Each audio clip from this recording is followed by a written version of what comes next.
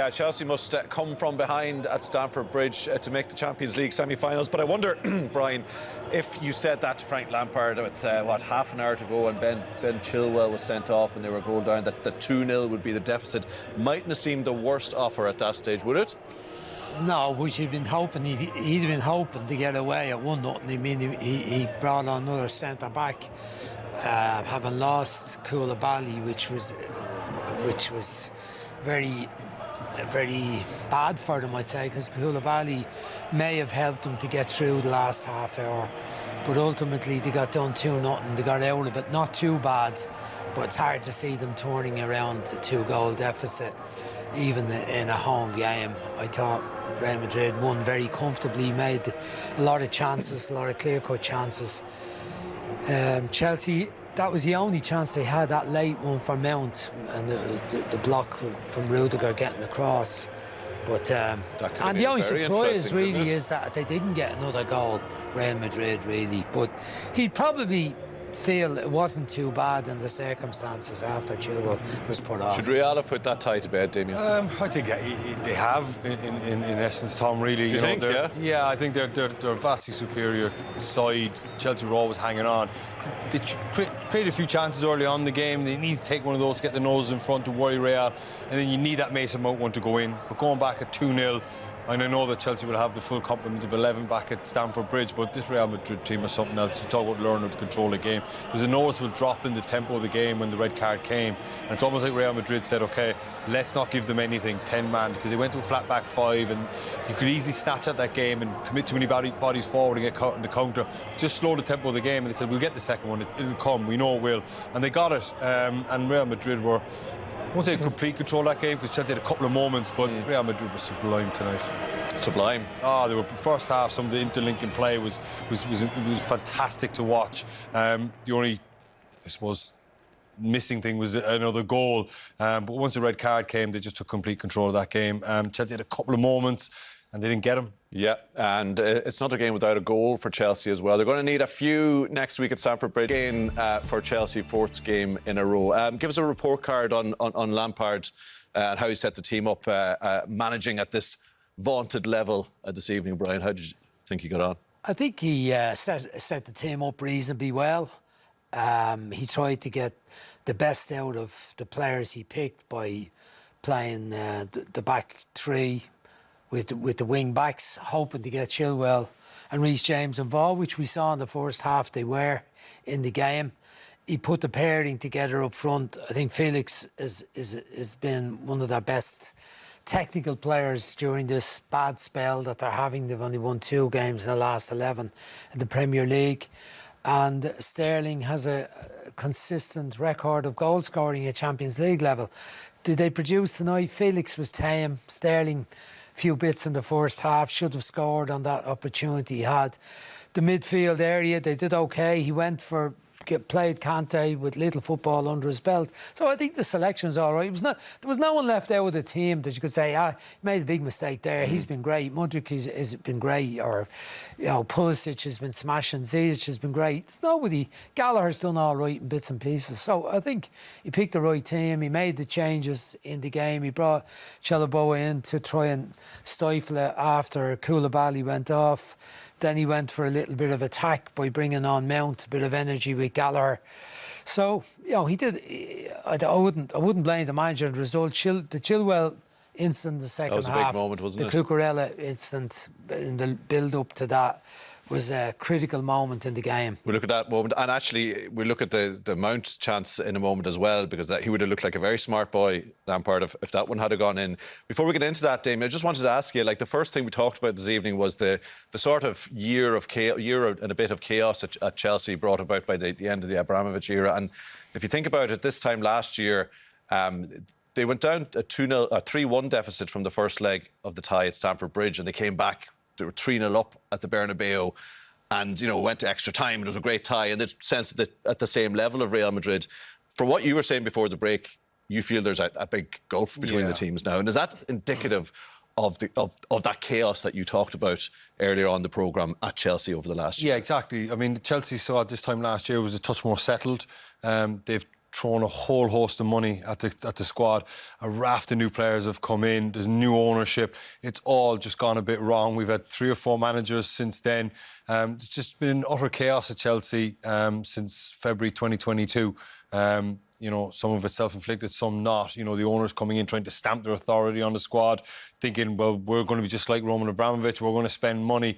But they threw too much money too fast without any real key I suppose, plan of long-term development of the squad. Which players are we buying? What do we want to be? What's our identity? What's the club going to be known for? So they just threw money at it and think that would solve all the problems. Tuchel then went to Roy. Then they thought they'd be young and go young and kind of progressive with Graham That was the big plan, That went wrong, and all of a plan. sudden they've caught themselves in a bit of a tailspin.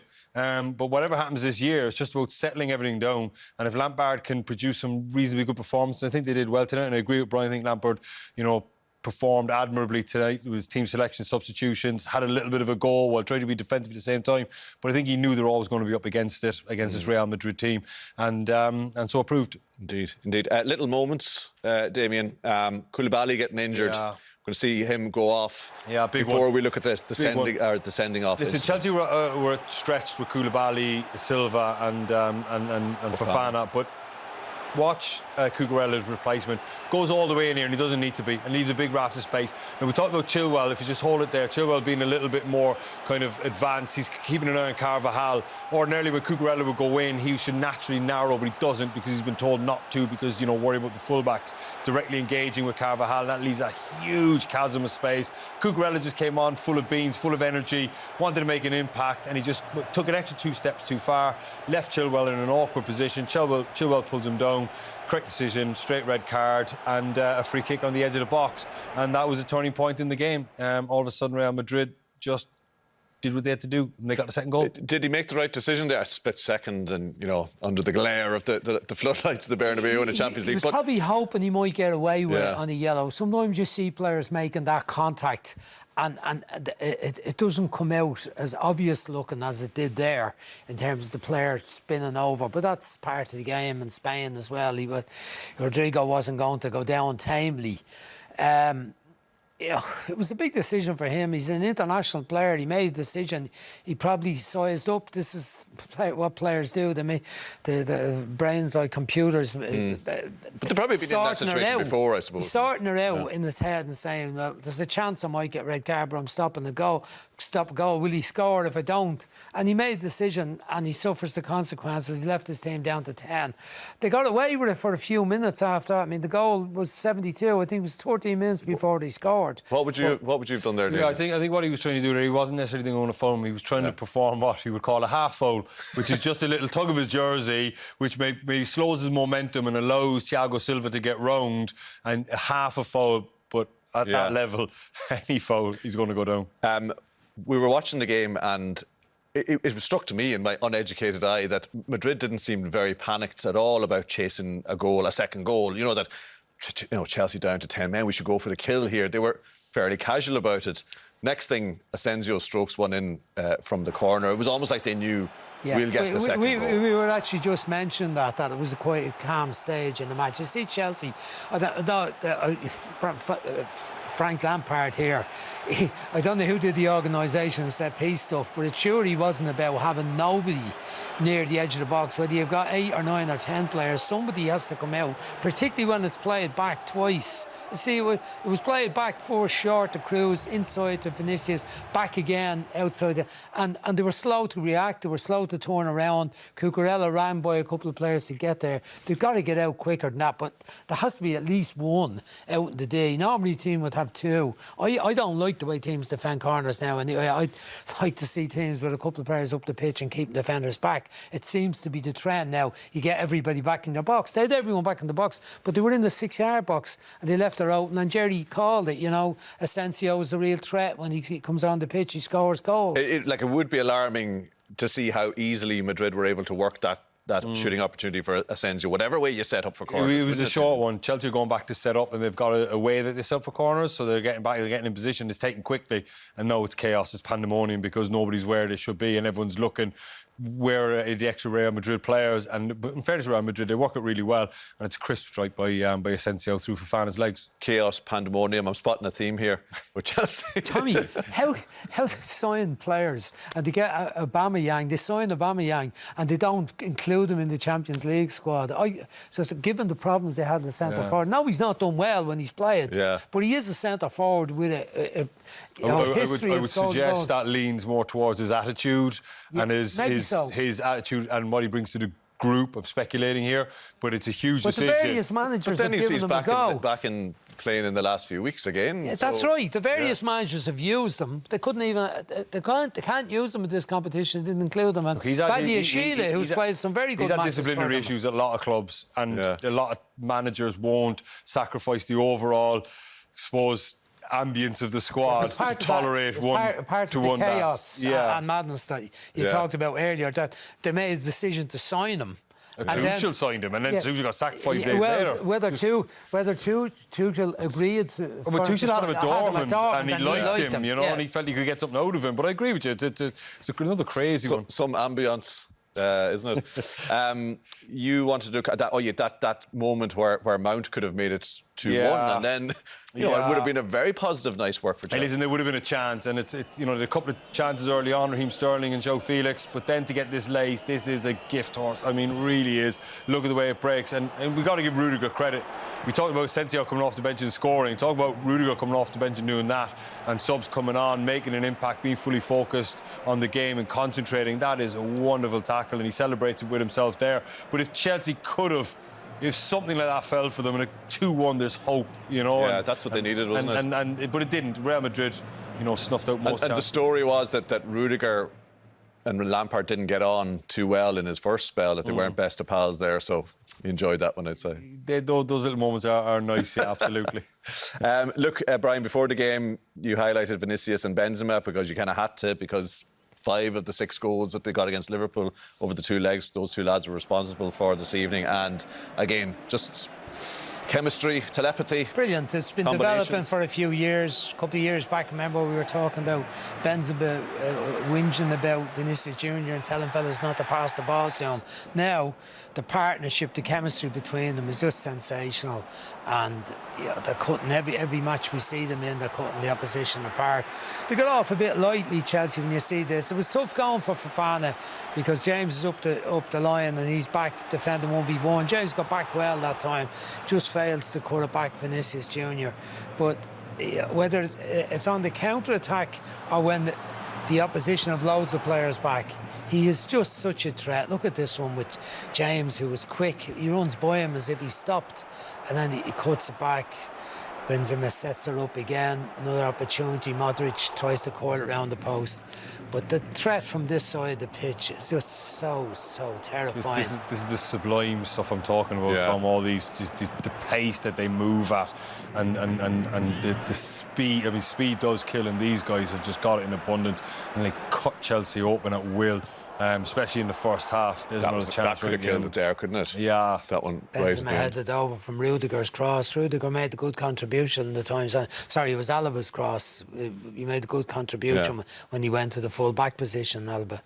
Benzema did get his goal in the first half. Let's go back and have a look at that one, Damien, because this was interesting because it was when 11 against 11 and that Chelsea midfield were leaving space. Yeah, look, when you play 5-3-2, the opposition full-backs out the out ball, and when your narrow midfield 3 go in and Chilwell gets occupied with Rodrigo, leaves the space for Carvajal, and you give players of Real Madrid's quality time and space in these areas and they will pick you off.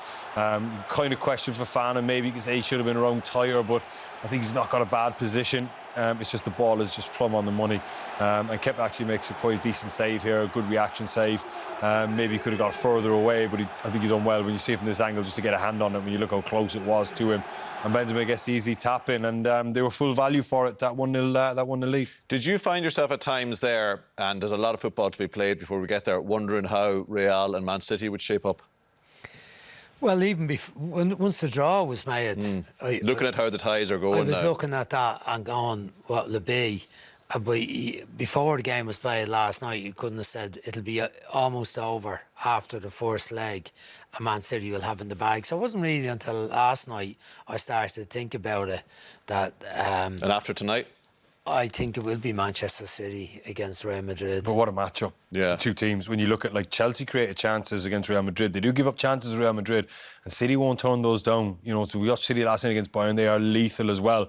But at the same point, if City defend to the level they did last night against Barcelona, which they're going to have to, when you think of Kanji and, Walker probably up against Vinicius, and, it sets up beautifully. Do you think, like, that Real would ask questions of City? Absolutely. Real Madrid. That even Bayern couldn't Yeah, ask. absolutely. Real Madrid won't worry insofar as, they won't be too defensive. They'll just come out and attack, and they will cause problems. That front three will always cause problems. Modric and Kroos will always have some semblance of control in midfield. But at the same point, you've seen City, and you think Haaland up against those two centre-backs, even if it's Rudiger or Alaba or Militao, he's going to cause problems. It's a mouth-watering tie. Listen, we'll come to that in due course. Plenty of water to go under the bridge. I'm sure Frank Lampard will have a say as to whether that tie will transpire. He talked about belief there. Do you think he can instill belief in those Chelsea players before that game next week? Well, there's a lot of different languages and so on in the dressing room, so I don't know how they absorb how he thinks, but that wouldn't be the most inspiring interview ever in terms of, compare it to Tuchel last night after the match, and he was talking about how unfair and just the result was, losing 3-0. I'm looking at the match going, he kind of got out a bit light, but I was starting to believe him that, I can imagine him in the dressing room convincing the players that 3-0, that they were robbed, that it should have been much closer, and they've got a chance in the next match. I'm not sure that really? Frank's players will react to that tonight. But in fairness to them, 2-0 is not. We've seen it in recent seasons. You talked about it earlier, where Chelsea got to the match in the Bernabeu, where they were 3-0 up from having lost the first leg 3-1. They go there, they're 3-0 up. So, it's about getting the first goal next week. But Real Madrid have done so often. I think statistically, it's only once or twice they've ever had a tie turned over once they won the first leg. So I think Chelsea will find it difficult. Last word, Damien, were you inspired there?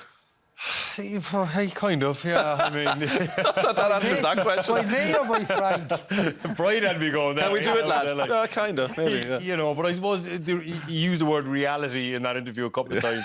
The reality of the tie, and I think he understands the reality of the tie as he's up against it. Now you will cajole and try to get the players to believe, but you're going to have to score goals. And we talked about before the game, they don't have players at the top end of the pitch to score goals. They don't score a whole lot of goals, and very unlikely to keep Real Madrid scoreless in the second leg. I think Real Madrid will go up to Stamford Bridge and boss it, even if they're missing Chilwell, most likely Koulibaly as well. So there's 2 out. That means Cucurella's going to... Luckily for Chelsea, you're not doing the team talk for the next week.